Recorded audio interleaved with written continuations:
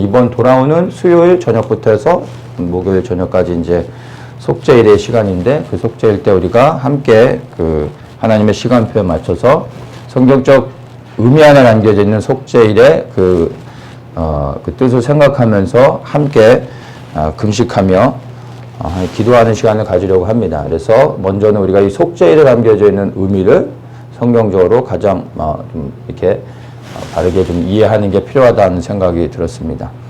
우리가 절기하면은 이스라엘의 관점, 유대인의 관점으로 절기를 접근을 하는데, 그래서 유대인들을 통해서 배울 수 있는 것들이 있긴 하지만, 그러나 모든 부분에서 유대인의 관점으로 보는 것이 또한 바람직한 것은 아닙니다.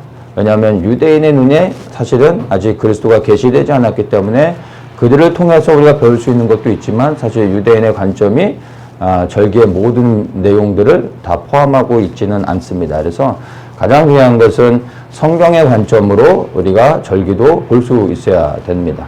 그래서 오늘날 교회가 절기의 메시지를 잃어버린 것은 이 성경적 의미 안에 담겨져 있는 것들을 집중하면은 사실 절기 안에 담겨져 있는 메시지들을 다 발견할 수가 있는데, 이스라엘을 잃어버렸기 때문에 절기 안에 담겨져 있는 메시지를 놓치기도 하는 것이지만, 본질적으로 성경 안에 담겨져 있는 메시지들을 벗어났기 때문에 절기 안에 담겨져 있는 하나님의 뜻을 우리가 알지 못하고 있는 겁니다. 그래서 오늘 이 절기의 속죄일에 대한 메시지를 나누는데, 성경 안에 담겨져 있는, 성경에서 말하고 있는 속죄일에 대한 내용들만 가지고서 함께 나누도록 하겠습니다. 봄절기를 보면은 6월절이 시작되고 다음 날이 안식일이죠. 그 다음에 오는 날이 안식 후 다음 날이 이제 초실절입니다. 근데 초실절이 시작하면 그날로부터 카운트를 해가지고 50일을 계수하죠. 그리고 50일에 지나면 이제 오순절로 지키게 됩니다. 그래서 봄절기는 6월절이 시작되면서 진행되는데, 초실절로부터 해서 50일을 카운트해서 오순절을 지내게 되니까, 초실절이 시작되어질 때 사람들이 초실절을 바라보는 게 아니라 사실은 그 골이 어디입니까? 오순절입니다. 그래서 초실절이 시작되면 오순절을 바라보죠. 오순절은 봄절기의 마지막 절기입니다. 마찬가지 가을절기는 나팔절이 시작인데, 나팔절이 시작되어질 때 나팔절로부터 해서 열흘이 지나면 속죄일이 되는 겁니다. 그래서 이번 돌아오는 수요일의 시작이죠. 그러면 나팔이 불려질 때 사람들은 어디를 바라보냐 하면은 속죄일을 바라보게 되어 있습니다. 왜냐하면 열흘 후에 속죄일을 지키는 것이 말씀 가운데 명령하고 있기 때문에 나팔이 불려질 때 사람들은 이제 카운트를 하게 됩니다. 그래서 나팔절로부터 열흘 후 속죄일을 바라보게 되는 똑같은 컨셉으로 속죄일을 우리가 이제 보게 되는 겁니다. 이 속죄일은 7절기로 따지면은 마지막 장막절 전에 있는 6번째 절기죠. 그리고 장막절은 모든 절기를 성취하는 마지막, 완성하는 그러한 절기입니다. 그래서 이 예수 그리스도의 관점으로 보면 장막절은 그리스도가 이 땅에 재림하셔서 온 열방의 장막이 되어주셔서 그 그리스도의 장막 안에서 우리가 쉼을 얻는 천년왕국의 그 그림을 상징하고 있습니다. 그래서 우리가 그리스도의 재림을 소망할 때 유대의 절기 안에서 이 장막절을 또한 우리가 기대할 수 있는 겁니다. 그런데 이 장막절에 참여하는 자들, 이 장막은 말 그대로 그리스도가 통치하는 이 땅에 하나님의 나라가 이루어지는 건데, 그 나라의 백성으로 들어가 그 장막절에 참여할 수 있기 위해서는 우리가 준비되어져야 되는데, 그 준비가 뭐냐면 바로 속죄일을 통해 준비되는 겁니다. 이 속죄일을 통해 온전한 죄 사함을 받을 때 비로소 장막절 안에 들어가 그 축제에 함께 참여할 수 있게 되는 겁니다. 그래서 우리가 다 그리스도의 장막 안에 거하여 영원한 안식을 누리며 영원히 쉼을 얻기를 소망하고 있는데, 그러한 소망을 가지고 있다면 우리가 반드시 무엇을 통과해야 됩니까? 속죄를 지나야 되는 겁니다. 이 속죄를 지나고 통과할 때 장막 안에 거할 수 있게 됩니다. 그래서 이 속죄일은 장막절에 들어가기 위한 마지막 관문이 되는 겁니다. 이것을 통과하는 사람들, 온전한 제사함을 받는 사람들이 이제 영원한 장막 안에 거하게 되는 겁니다. 그래서 이 속죄일은 그 이름 안에서도 언급하고 있지만 제사함과 연결이 되어져 있는데, 그 말씀들을 조금 더 구체적으로 우리가 성경을 통해서 한번 보도록 하겠습니다. 우리가 읽은 레위기 23장 이 말씀에 보면 이제 27절에 이야기하죠. 7월 10일은 속죄일이니 너희에게 성해라. 너희는 스스로 괴롭게 하며 여호와께 화제를 드리고 스스로 괴롭게 하라 라고 말합니다. 뭐 자학을 하라는 이야기가 아니라 스스로 괴롭게 하라는 것은 금식하라는 이야기입니다. 근데 금식을 왜 하는지 말씀의 내용들을 보면 바로 회개를 위해서 금식하라고 말하고 있는 겁니다. 치유와 회복을 위해서가 아니라 온전한 회개를 통하여 죄사함을 받기 위해 회개하라는 겁니다. 근데 이 회개의 본질적 목적은 우리가 다 알지만 성경에서 본질적인 회개의 목적은 죄사함을 통하여 구원을 얻는 것입니다. 그래서 스스로 괴롭게 하라라는 것은 금식인데 이것은 회개를 위한 것이고 이 회개는 우리의 죄사함을 위한 것으로 연결이 되어지는 겁니다. 대부분의 다른 절기들은 속죄일을 제외한 대부분의 절기들은 축제로 즐깁니다. 6월절도 어린 양의 희생이지만 사실 유대인들에게는 이것은 출애굽하는 바를 건서에서 자유를 얻는 구원입니다. 그래서 이들이 6월절 때 그렇게 즐거워할 수가 없습니다. 기쁨의 축제를 하죠. 오순절 당연히 이들이 추수로 인하여 감사하는 절기죠. 나팔절은 또 이스라엘의 신년과 연결되어지면서 그들이 축복하고 또 새로운 일들을 기대하는 축제로 보냅니다. 그리고 장막절은 뭐 이야기할 것도 없겠죠. 모든 절기들이 사실은 축제로 즐기는데 이 속죄일은 분위기가 완전히 달라지는 겁니다. 그러니까 축제 하다가 갑자기 이 분위기 썰렁해지게 만드는 게 이 속죄 일이 되는 겁니다. 근데 이 속죄일이 지나고 나면 이제 정말 영원토록 즐거워하는 장막절에 들어가게 되는 겁니다. 자, 왜 그러면 이 속죄일에 우리로 하여금 슬퍼하며 통곡하며 그러면서 금식하고 우리의 죄를 회개해야 되는지에 대해서 보다 더 이제 구체적으로 말씀을 해주는데 레위기 16장을 한번 보겠습니다. 이 레위기 16장의 11절부터 좀 보면은 이 구체적인 죄사함을 위하여 이 속죄일을 어떻게 해야 되는지에 대해서 설명해주고 있습니다. 세 가지의 다른 속죄 제사를 드리는 것을 보다 더 구체적으로 언급해 줍니다. 그러니까 우리가 단순히 속죄를 해야 되니까 그냥 죄사함으로만 생각하는 것이 아니라 이 속죄일에는 아주 구체적인 세 가지의 다른 속죄 제사를 드리는 것을 말씀을 통해 볼 수 있습니다. 첫 번째 이제 11절에 보면은 아론은 자기를 위한 속죄제의 수송아지를 드리되 자기와 권속을 위하여, 여기서 권속은 자기 제사장의 가족을 이야기하는 겁니다. 자기와 자기 가족을 위해 속죄하고 자기를 위한 그 속죄제 수송아지를 잡아라 이렇게 말씀하고 있습니다. 첫 번째 속죄일에 하는 첫 번째 속죄 제사는 제사장의 죄를 속죄하는 것입니다. 제사장은 백성들을 도와 그들이 하나님 앞에 죄의 용서를 받을 수 있도록 돕는 역할을 하는 거죠. 그런데 이 제사장이 속죄 제사를 먼저 해야 된다는 것입니다. 다른 때는 제사장이 속죄 제사를 드리지 않습니다. 근데 이 속죄일날 1년에 한 번 제사장이 스스로를 위하여 제사장에 속한 가족을 위하여 속죄 제사를 드리는 겁니다. 자, 두 번째 16절에 보면 이스라엘 자손의 부정과 그 범한 모든 죄를 인하여 지성소를 위하여 속죄하고 또 그들의 부정한 중에 있는 회막을 위하여 그같이 할 것이요 이렇게 말하죠.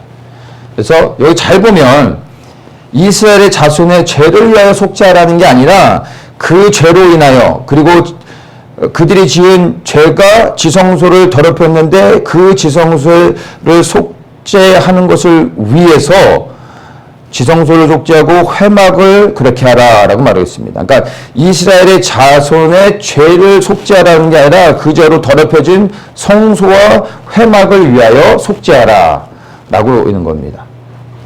즉, 그러니까 회막과 지성소라 말하면 한마디로 해서 이제 성전을 속죄하라 이런 의미로 우리가 받아들일 수 있겠죠. 이 레위기의 말씀은 어디서 주신 겁니까? 이제 그 출애굽하고 나서 시내산을 광야에서 주신 거죠. 이스라엘의 땅에 아직 들어가기 전입니다. 나중에 이제 성전이 지어지게 되죠. 그러니까 성전을 정결케 하라 이런 의미로 받아들일 수 있습니다. 두 번째 속죄 제사는 바로 성전을 정결케 하는 지성소와 회막에 대한 속죄를 하는 겁니다. 그리고 이제 세 번째 마지막으로 24절에 보면 거룩한 곳에서 물로 몸을 씻고 자기 옷을 입고 나와서 자기의 번제와 백성의 번제를 드려 자기와 백성을 위하여 속죄하라 이렇게 말하고 있습니다. 세 번째 속죄가 바로 우리 개개인에 대한 속죄를 하는 겁니다. 그리고 백성의 속죄를 하는 것으로 언급을 해주고 있습니다. 그래서 첫 번째부터 그냥 첫 번째 우리의 죄를 속죄하는 게 아니라 제사장의 죄를 속죄하고 그 다음에 성전을 속죄하고 그 다음에 세 번째로 백성의 죄를 위한 속죄가 되어지는 겁니다. 이게 그냥 의미 없이 나열된 게 아니라 의도를 가지고 하나님께서 이들에게 어떻게 속죄해야 되는지 순서를 정해주신 겁니다. 제사장, 회막과 지성소, 그리고 백성들의 죄. 자, 이렇게 해서 쭉 연결되어진 세 가지의 속죄가 되어져서 마지막 백성의 죄가 속죄되어질 때 무슨 일이 일어나냐면 이것이 완전한 속죄가 되어지는 겁니다. 이 완전한 속죄가 의미하는 게 뭐냐면 더 이상의 속죄는 없는 겁니다. 더 이상의 죄사함은 필요가 없습니다. 왜냐하면 완전한 죄사함을 받았기 때문에 제사가 종결되어졌다는 것을 상징하는 겁니다.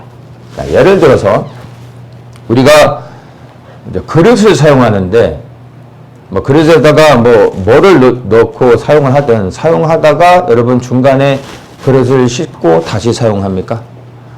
그릇에다가 밥을 넣어서 막 먹다가 반쯤 먹었는데 막 고춧가루도 묻어있고 좀 지저분해져서 밥을 다시 덜어가지고 그 그릇을 다시 씻어서 다시 깨끗하게 만든 다음 그 밥을 다시 넣어가지고 거기서 또 먹습니까? 아니죠. 밥을 다 먹고 난 후에 그 다음에 식사가 끝나 이 그릇의 사용이 이제 끝났으면 그때 무엇을 합니까? 씻는 거죠. 그 다음에 올려놓는 겁니다. 그러면 끝나는 거죠. 무슨 의미인지 아시겠습니까? 제사장이 그리고 성소 죄를 사하는 제사를 드리는 것을 의미하는 겁니다. 번제단. 제사장이 속죄를 하고 그리고 죄를 사하는 번제를 드려지는 이 번제단을 속죄하여 깨끗게 한다라는 의미는 더 이상 사용할 필요가 없다라는 겁니다. 이제 깨끗이 모든 죄가 사함을 받았기 때문에 이제는 모든 사용이 끝났으니까 씻는 겁니다. 마지막으로. 이해가 되십니까? 그래서 제사장의 죄를 사하고 회막과 지성소를 정결케 피로 정결케 하여 속죄한다라는 말은 그리고 나서 맨 마지막에 이제 백성의 죄를 사한다는 것은 이제 우리가 완전한 제사함을 받았고 더 이상 제사 드릴 필요가 없다라는 것을 끝났다라는 것을 의미하는 겁니다. 자, 그래서 이 속죄를 통해서만 비로소 완전한 죄사함을 받게 되는 거고 이렇게 죄사함을 받은 사람들이 이제 5일 지나 장막절에 이 마지막 잔치에 참여할 수 있게 되는 겁니다. 완전한 제사함 그리고 마지막 최종적인 제사함의 은혜를 얻는 시간이 언제라고요? 속죄일이 되는 겁니다. 이 속죄일은 굉장히 중요한 의미가 있는 겁니다. 그래서 다른 절기들은 사실은 잘 몰라도 여러분 속죄일에 대해서는 우리가 정확하게 분명하게 알고 있어야 되고 그리고 이 속죄일은 다른 절기와 다르게 모든 절기가 기뻐하고 즐거워하는데도 불구하고 유독 마지막 장막절의 성취 전에 울며 통곡하며 금식하며 기도하게 하는 그 이유를 알아야 됩니다. 그리고 말씀에서도 이제 그 이야기하고 있는데 레기 이제 26장 거기 보면은 그날에 스스로를 괴롭게 하지 아니하는 자는 백성에서 끊쳐버릴 것이다 라는 말씀하고 있습니다. 무서운 말씀이죠. 용서하지 않겠다라는 말씀입니다. 그 정도로 말씀하시는 것을 보면 이 속죄일에 우리가 정말 죄를 사함을 받는 것이 마지막 기회이기 때문에, 그리고 이것을 통과한 자만이 온전한 죄 사함을 통하여 장막절에 들어갈 수 있기 때문에 굉장히 우리에게 하나님이 두렵게 경고하시는 말씀으로 우리가 받아들여야 됩니다. 자, 근데 이 속죄일을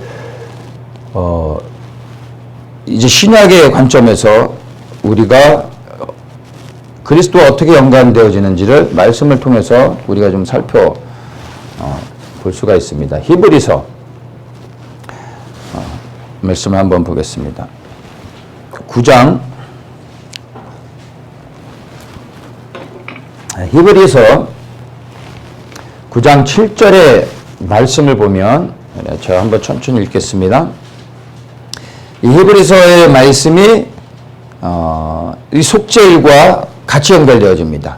오직 둘째 장막은 대제사장이 홀로 1년 1차씩 들어가되, 이 둘째 장막이란 말하면 이제 성소가 있고 지성소가 있는데, 이 지성소 이야기하는 거고요. 피 없이는 아니하나니 이 피는 자기와 백성의 허물을 위하여 드리는 것이라. 성령이 이로써 보이신 것은 첫 장막이 서 있을 동안에 성소에 들어가는 길이 아직 나타나지 아니한 것이라.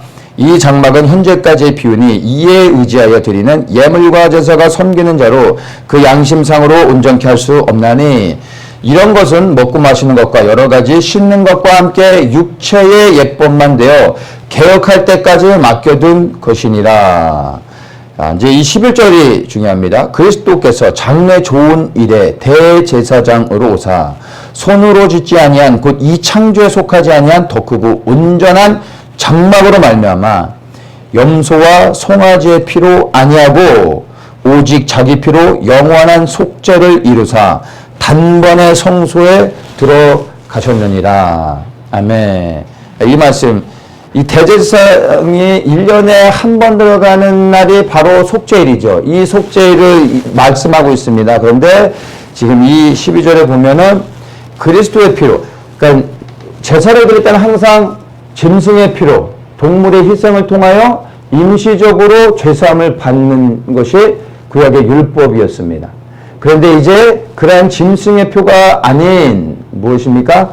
그리스도의 피로 영원한 속죄를 이루시게 되어졌다는 겁니다. 이게 속죄일과 연결이 되는 겁니다. 이제 이 속죄일에 그리스도의 대속으로 인하여 이제 더 이상 우리가 제사를 드릴 필요가 없게 되어지는 겁니다. 제사장의 도움이 더 이상 필요가 없게 되어지는 겁니다. 그러면 성전이 이제 제사를 드리는 성전이, 제단이 필요할까요? 필요 없게 되는 겁니다. 동물의 희생을 드릴 필요가 없기 때문에 번제단도 필요가 없게 되는 겁니다. 누구를 의지하여 이제 우리가 나아갑니까? 예수 그리스도를 의지하여 나아갈 수 있게 되는 것입니다. 이게 놀라운 말씀이죠. 자, 그래서 예수님께서 속죄일에 온전한 속죄를 십자가에서 우리를 위하여 피 흘려 돌아가심으로 속죄일을 그분이 완성하신 겁니다.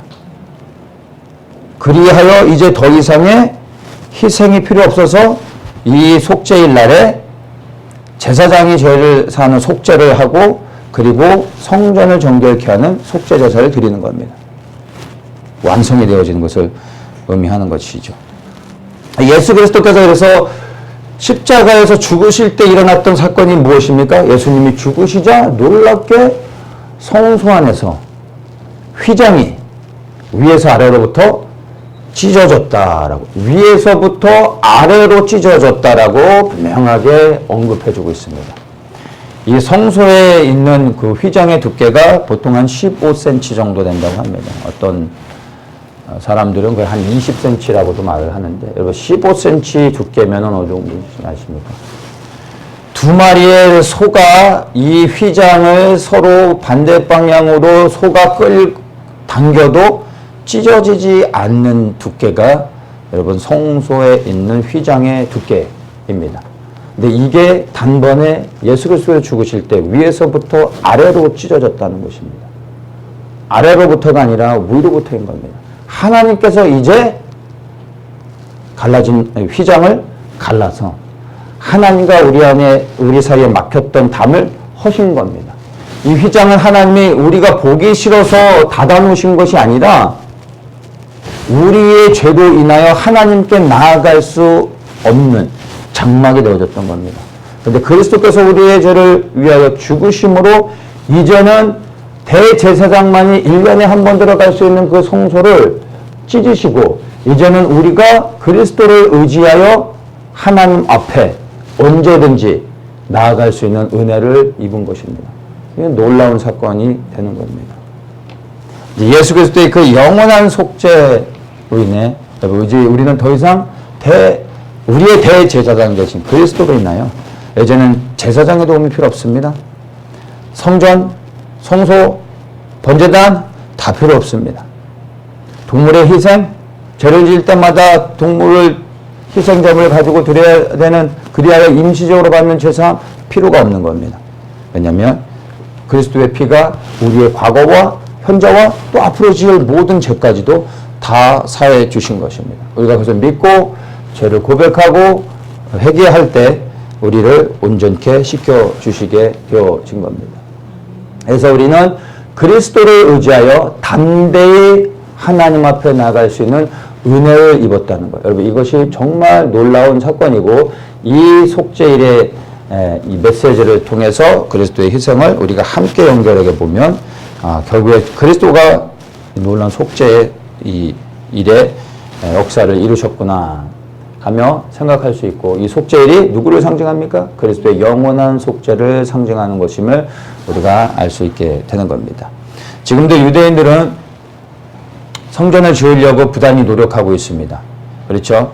왜냐하면 그들에게 아직 예수님이 메시아임이 계시되지 않았고 그들이 알지 못하기 때문에 그들은 성전을 지으려고 합니다. 그들이 성전을 지으려고 하는 이유는 다른 게 아닙니다. 여러분 단 하나예요. 죄사함을 받기 위해.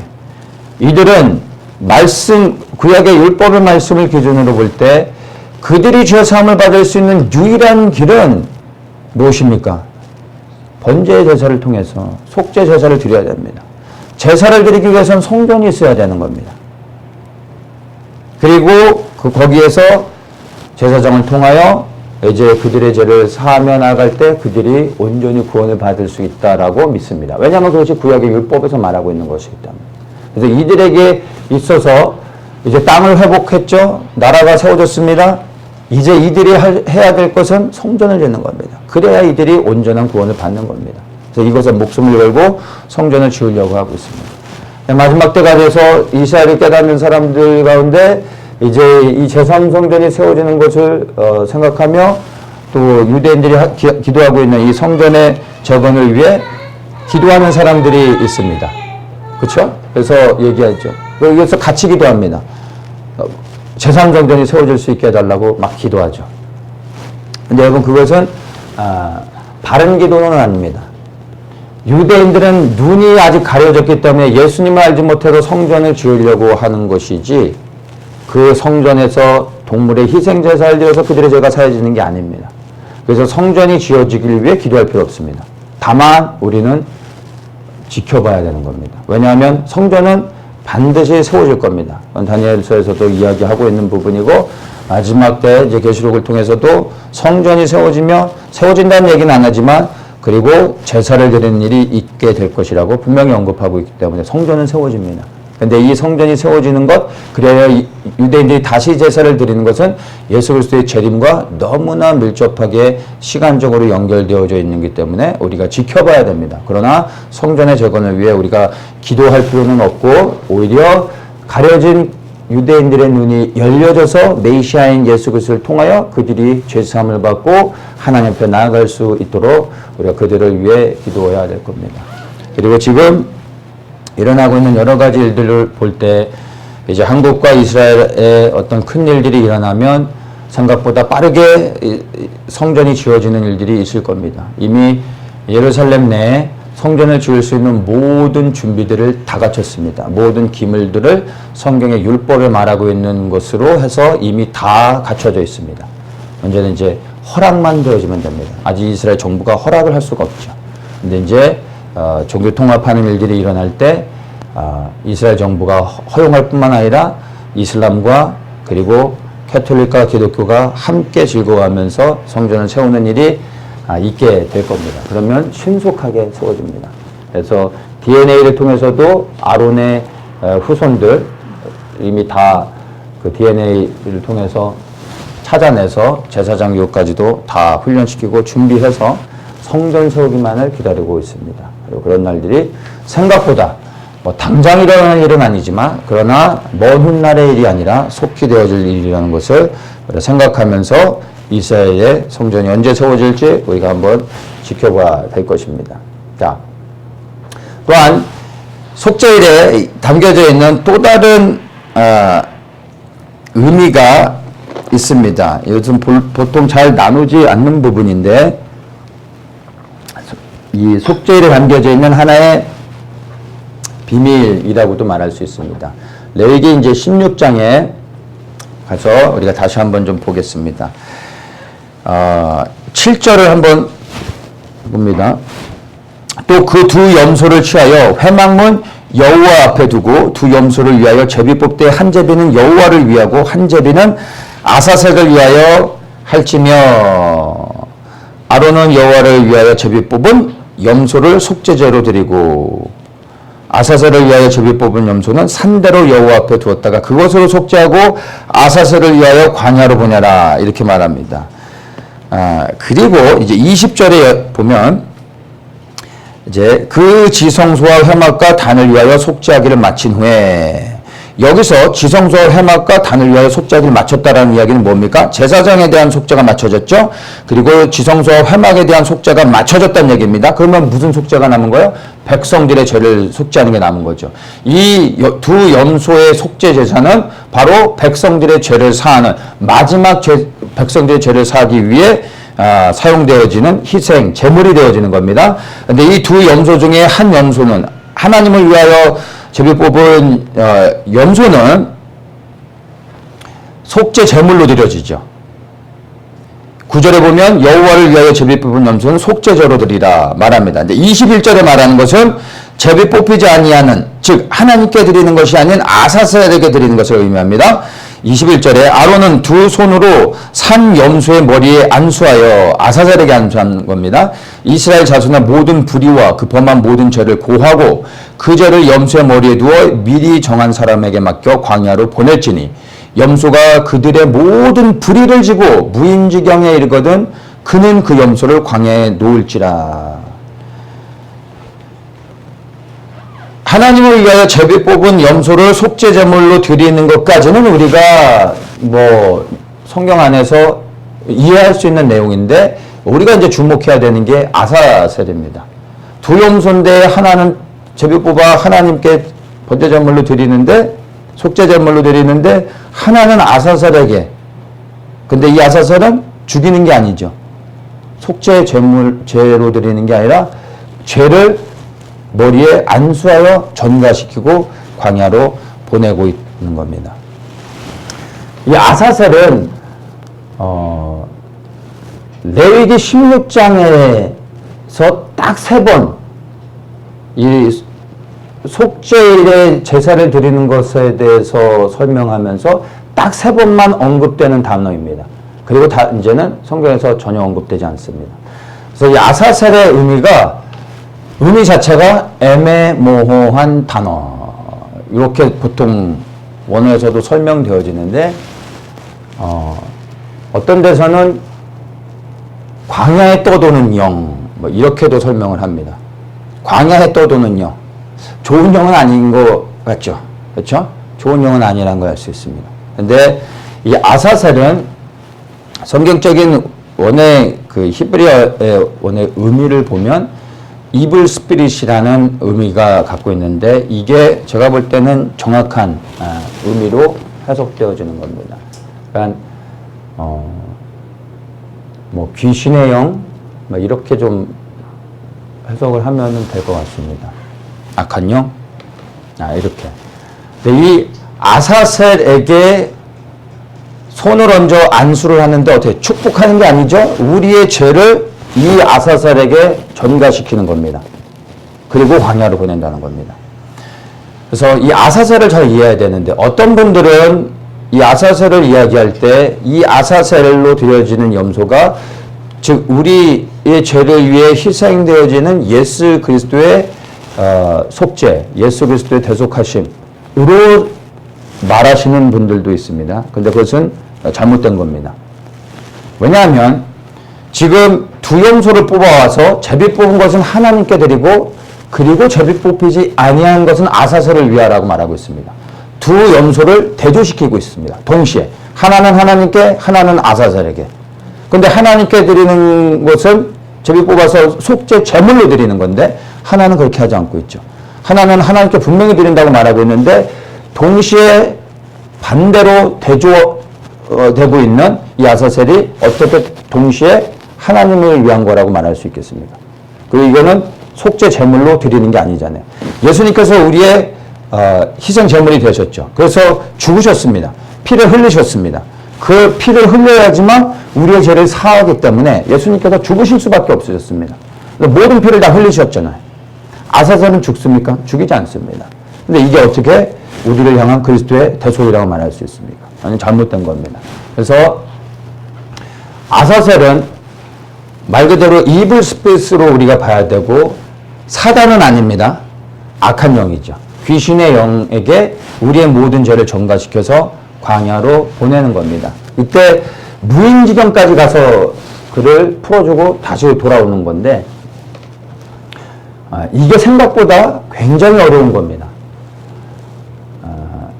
유대 광야가 아닌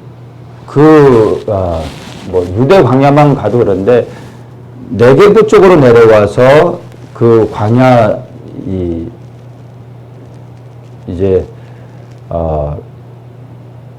그 이집트 가까운 쪽으로 내려가면 그쪽에 이제 광야가 있는데 유대 광야하고도 좀 달라요. 근데 거기는 완전 돌 외에는 아무것도 없습니다. 그리고 이스라엘의 광야에서 2시간만 서 있으면 거의 대부분 죽습니다. 그늘을 찾아볼 수도 없고 사람이 생존할 수 있는 상황이 아닙니다. 그런데 그런 광야로 염소를 이 아사셀을 데리고 가서 거기다 놓고 나오라는 겁니다. 무인지경이라 말하면 그가 다시 돌아올 수 없는 깊은 광야까지 가서 놓고 오라는 겁니다. 근데 적당히 들어가서 나오면 어떻게 됩니까? 이 염소가 얼마나 똑똑한지 아십니까? 따라옵니다. 염소를 건드리면 안 되거든요. 따라옵니다. 따라오지 못하도록. 그리고 그가 다시 길을 찾아서 사람이 사는 곳으로 와서 살지 못하도록. 그리고 광야를 헤매다가 결국은 죽겠죠. 죽으라는 의미입니다. 근데 죽이지는 않습니다. 죽이면 안 되는 거예요. 그러니 그 아사셀이 다시는 돌아올 수 없는 깊은 광야까지 그 사람이 데리고 가려면 오늘날처럼 차를 타고 가서 두고 오면 괜찮은데 옛날에 이 상황이 그런 분위기가 아니지 않습니까? 아사셀을 깊은 그 광야 깊은 곳까지 놓고 나오다가 잘못하면 사람이 죽을 수도 있는 거예요. 이게 아주 어려운 겁니다. 그런데 꼭 이렇게만 해야 되는 거였습니다. 그래서 아사셀을 그렇게 보내놓으면 광야 가운데서 이 아사셀이 돌아다니다가 결국에는 죽음을 당하겠죠. 근데 이것은 사단에게 이 영을 보내는 겁니다. 어떤 영을요? 우리의 모든 죄를 전가한 이 악한 영, 귀신의 영을 사단에게 보내는 겁니다. 이제 너희는 나와 상관이 없으니까 사단에게 돌아가라 라고 말하는 것과 똑같은 의미를 가지고 있습니다. 그래서 이것을 이해하는 게 굉장히 중요합니다. 아사셀 안에 담겨져 있는 메시지가 다른 것이 아니라 예수 그리스도께서 우리의 죄를 사하실 때 우리는 거기에서 진정한 자유를 누려야 되고 그리고 난 이후로부터 우리 안에 결코 정죄함이 있다? 없다? 없는 겁니다. 무엇을 통하여? 아사셀을 통하여 주장할 수 있는 겁니다. 우리가 예수님을 믿으면서도 불구하고 우리 안에 끊임없이 우리를 정죄하는 마음들이 생기죠. 너는 안 돼. 넌 또 죄 졌잖아. 넌 또 넘어졌잖아. 넌 죽어야 돼. 넌 할 수 없어. 넌 하나님께 나갈 수 없는 존재야. 라고 우리한테 끊임없이 말하고 있는 것이 누구입니까? 악한 영이에요. 이 정죄함.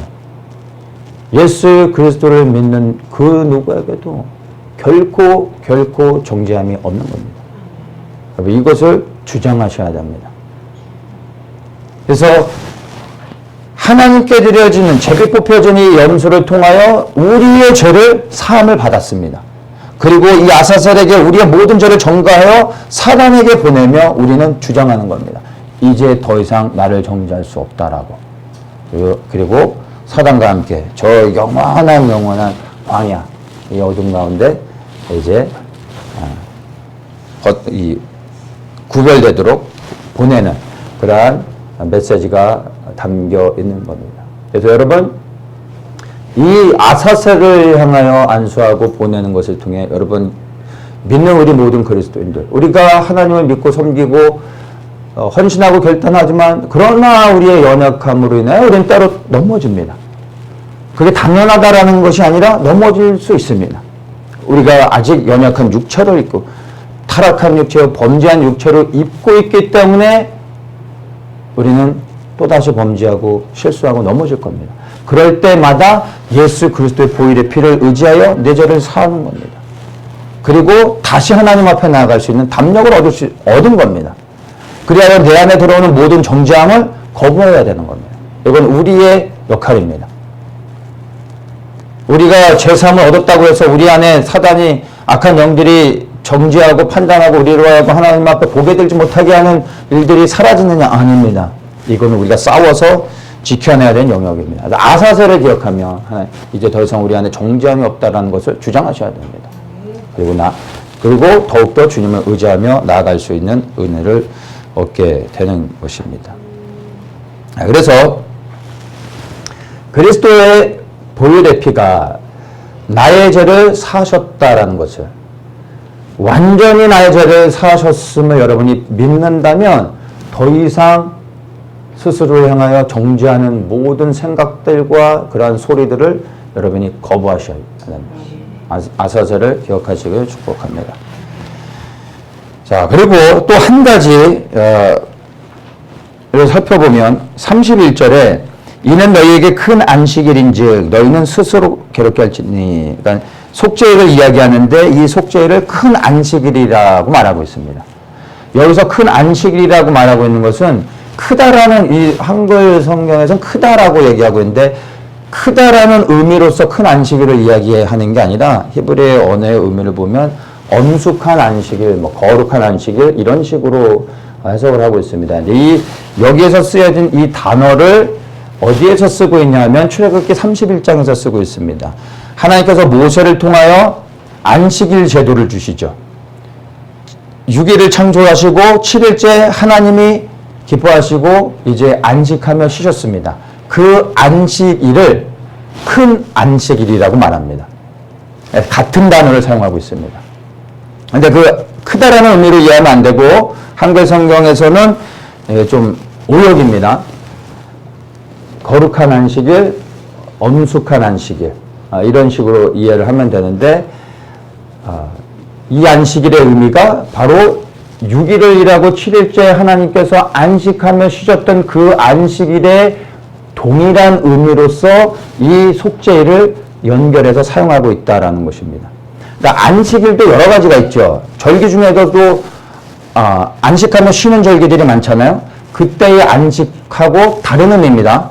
6일을 일하고 7일째 쉬는, 하나님께서 7일째 쉬셨던 그 안식일의 의미와 속죄일의 날의 그 의미를 동일하게 부여하고 있다는 겁니다. 그게 다른 겁니다. 그래서 속죄일에 안식하는 그 의미는 7일째에 안식하는 것과 같은 의미를 갖고 있는데 이 안식일을 절기의 의미 안에서 살펴보면은 장막절에 해당되어지는 겁니다.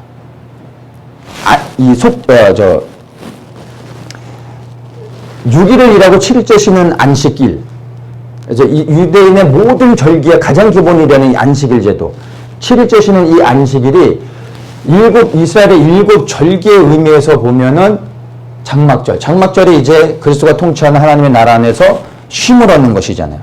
그래서 이 안식일이 바로 장막절의 의미로 절기 안에서는 볼 수가 있는데, 그런데 속죄일을 안식일의 개념, 6일을 일하고 7일째 쉬는 그 안식일의 의미에서 보면 그리스도 안에서 영원한 쉼을 얻게 되는 7번째 날로 우리가 이해를 하면 되는 겁니다. 그리고 또 한 가지 마지막으로 이 속죄일, 이제는 속죄일을 절기 안에서, 속죄일을 이스라엘의 7절기 안에서 살펴보면 속죄일을 지나서 그 다음에 어디로 들어갑니까? 영원한 안식, 장막절에 들어가게 되어지는 겁니다.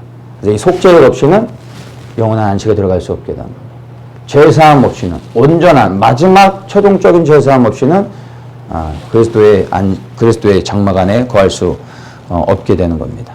이게 이렇게 속죄일과 안식일과 장막절, 이것이 다 하나의 의미로 연결되어지는 것을 볼 수가 있습니다. 자, 다른 절기들, 6월절, 그 다음에 오순절, 나팔절, 장막절, 이때도 이때 다 그 절기날에 안식하며 쉬죠. 근데 이 절기 때 쉬는 날은 어떤 안식이냐 하면은 육체적인 안식입니다. 하루를 쉬는 거잖아요. 모든 일을 중단하게 합니다. 육체적으로 잠깐 임시적으로 쉼을 얻는 시간입니다. 그런데 속죄일의 안식은 그런 의미가 아닙니다. 무엇으로부터 쉬며, 물론 속죄일에도 아무 일도 하면 안 되죠. 육체적인 쉼을 얻는 시간이 있긴 합니다. 근데 속죄일의 진정한 안식일의 의미가 무엇입니까? 죄사함의 안식일인 겁니다. 죄로부터의 안식을 갖게 된 겁니다. 다른 절기에서의 안식은 쉼을 얻는 겁니다. 그 쉼을 통하여 감사하고 기뻐하고 즐거워하는 것이지만 우리의 죄가 사함을 받는 게 아닙니다. 근데 속죄일에서는 죄로부터의 안식. 죄로부터의 안식이 무엇입니까? 영원한 쉼을 얻는 것을 의미하는 거 아닙니까? 이것이 다른 겁니다. 그래서 사실 이 속죄일을 가만히 생각해 보면 우리가 그리스도를 묵상하게 됩니다. 그리고 정말 6월절부터 해서 장막절까지 가면서 이 정말 중요하고 우리가 많이 언급하는 이 절기들이 있잖아요.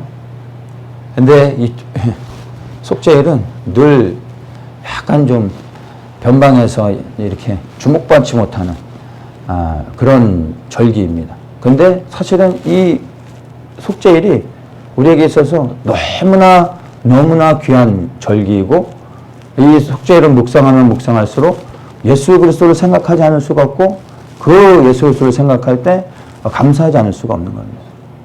근데 속죄일은 감사하는 날이 아닙니다. 그렇죠? 그래서 속죄일은 그리스도의 우리의 대속을 생각하며 우리가 정말 죄로 회개하며 나아가게 되는 시간입니다. 그래서 속죄일을 이 말씀을 기준으로 해서 다시 한번 살펴볼 때 우리가 정말 진지해질 수밖에 없게 되는 겁니다. 왜냐하면 예수 그리스도의 그 피 흘림이 정말로 6월절하고는 비교 안 되는 너무 깊은 메시지로 우리에게 깨닫게 하고 있기 때문입니다. 이스라엘의 7절기, 봄절기부터 시작해서 6월절부터 시작해서 이 절기의 사이클로 돌아가는데 마지막 이 장막절을 향하여 모든 절기가 맞춰져서 진행되고 있는데, 여러분 이 최종 이 장막절의 온전한 성취를 위해 달려가기 위해 마지막 통과해야 되는 게 속죄일이라는 겁니다. 지금 그 속죄일을 향하여 우리가 가고 있는 것입니다. 가까이 오고 있는 겁니다. 그래서 이 절기 안에서 우리의 인생의 여정들, 구원의 여정을 살펴볼 수 있는 겁니다. 우리는 다 6월절을 통과한 사람들이잖아요. 6월절을 지난 사람들이죠. 그리고 오순절도 지났습니다. 우리 각 사람 안에 성령이 임하셨잖아요. 그리스도를 믿는 모든 자의 성령이 임하셨잖아요. 여러분 나팔이 이미 불려졌지 않습니까? 우리 각 사람에게 우리 영 안에 이미 나팔이 불려져서 시대를 분별하며 깨닫게 해주시는 은혜가 있지 않습니까? 이제 우리가 장막절에 들어가야 되는 겁니다. 근데 이 장막절, 그리스도의 장막 안에 들어가기 위해 이제 우리가 속죄일을 지내야 되는 겁니다. 이것을 지난 자들이 정말 우리의 장막 되신 그리스도 안에 들어가 영원한 쉼을 얻을 수 있는 복된 날이 오게 되는 겁니다. 그래서 여러분, 지금 우리가 아직은 장막을 생각하며 그 안에서 누릴 축제를 생각할 것이 아니라 그 앞서서 통과해야 될 이 속죄일을 우리가 더욱더 주목하며 두려움 가운데 나가야 될 것입니다. 그리고 이 속죄일을 통해 온전한 죄사함을 받으셔야 됩니다. 여러분, 한 번 받은 구원이 영원한 아니냐, 이 절기의 메시지만 잘 이해해도 이런 얘기 할 필요가 없는 겁니다. 구원은 이루어가는 것입니다. 어느 누구도 구원을 받았다, 그래 난 천국에 간다, 보장 되어졌다 말할 수 있는 사람이 없습니다. 마지막 이 속죄를 통하여 온전한 제사함을 받은 자들이 장막절에 들어가게 되어지는 것입니다. 이제 15일부터 16일까지 속죄일이 드려지게 되는데, 유대인들은 이 속죄일을 정말로 중요하게 생각하며 이 속죄일에 금식하며 하나님이 말씀하신 대로 말씀을 따라 죄를 회개하며 나가는 것을 굉장히 중요하게 생각합니다. 그래서 말씀드렸죠. 지난번에도 그날은 국가적으로 모든 것을 스톱합니다. 공항까지도 막아서 비행기도 다른 나라에서 들어오지도 못하고 뜨지도 못할 정도로 국가의 모든 것이 스톱하는 날입니다. 근데 이때 금식을 이들이 하루를 하는데, 보통은 우리가 해가 질 때부터 해서 다음날 해 질 때까지 이렇게 얘기하는데, 정확하게는 한국말로는 잘 그런 표현이 있는지 모르겠는데, 정확하게는 선셋에서 나이트폴입니다. 15일날 선셋부터 해서 16일날 나이트폴입니다. 그러니까 선셋이란 말하면 해가 지평선에서 마지막 그 테두리가 사라지는 그때를 말합니다. 그 마지막 태양이 지평선에서 딱 사라지는 순간 이제 어두워지는 거죠. 그러면 유대인들에게는 하루가 시작되어지는 것이죠. 그래서 절기가 시작되어지는 겁니다. 그래서 태양의 마지막 그 코너가 지평선에서 사라지는 순간 절기가 시작되어지는 겁니다. 그리고 다음날 해가 질 때는 나이트폴이라고 하는데, 이것은 태양의 첫 표면이 지평선에 닿는 순간과 태양이 완전히 사라지는 건 다른 거죠. 닿는 순간이 이제 끝나게 되는 겁니다. 그래서 이거를 원칙적으로는 눈으로 확인하는 겁니다. 육안으로 확인하고 그리고 나서 절기의 시간을 지키는 건데, 혹시라도 유대인들이 이 하루를 온전히 금식하며 회개하며 나아가라고 하셨는데, 이걸 실패하면 어떻게 한다고요? 백성에서 끊어버리겠다고 하셨잖아요.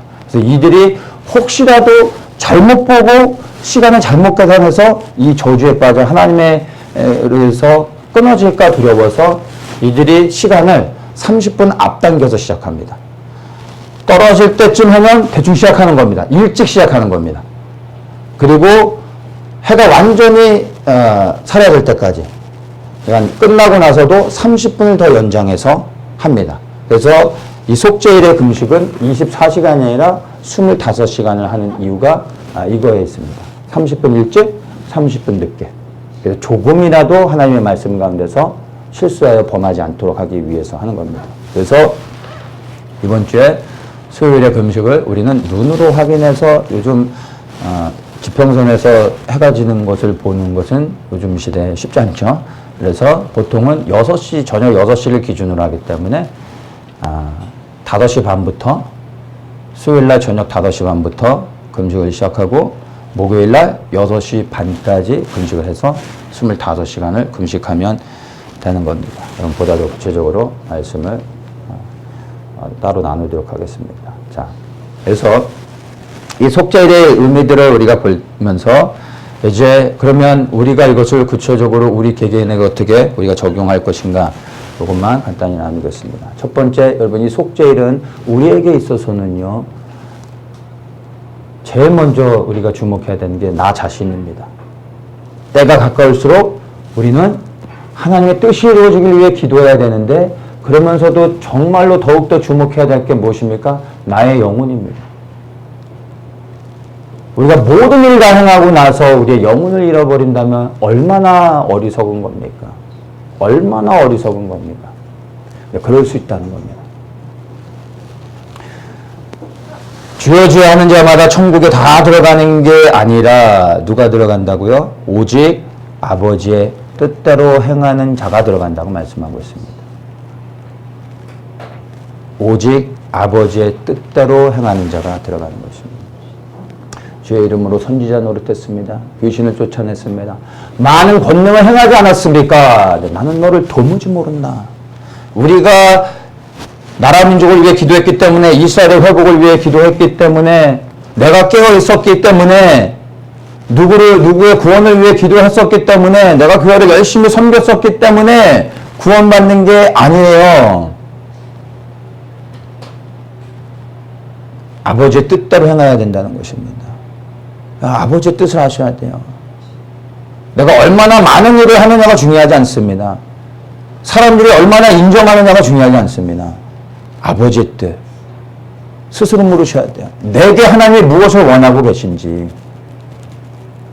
그러면 우리 개개인이 그날에 가까울수록 무엇에 집중해야 됩니까?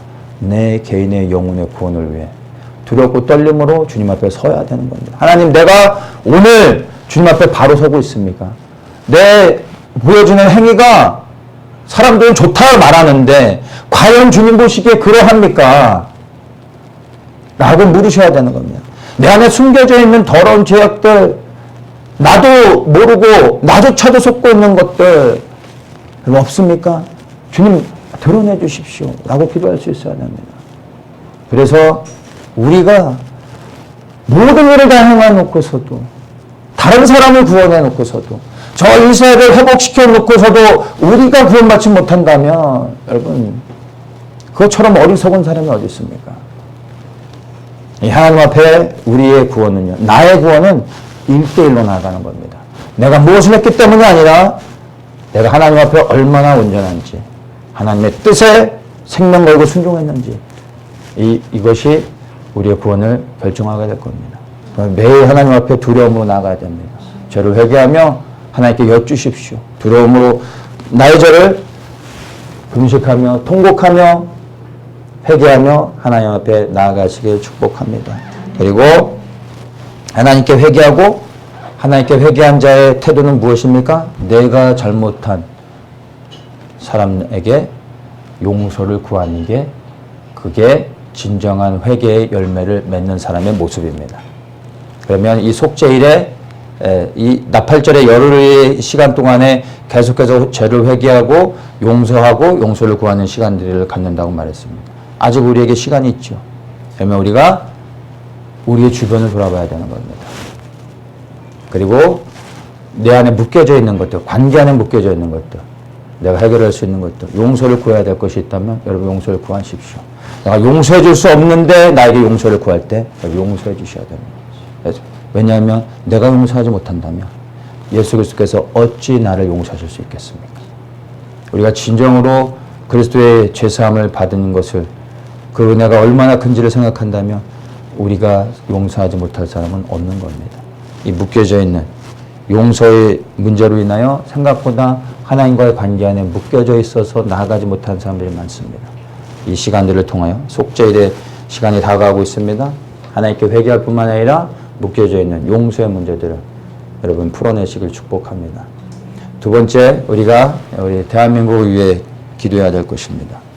이 속죄일을 통하여 나라 민족의 죄를 하나님께 회개하며 나아갑니다. 그리고 그 민족의 죄를 사함받는 그런 은혜를 입게 되는 겁니다. 그래야 우리는 이 속죄일에 담겨져 있는 성경적 의미를 통해서 우리 또한 우리 나라 민족을 위해 우리가 회개하며 기도하며 나아갈 수 있어야 됩니다.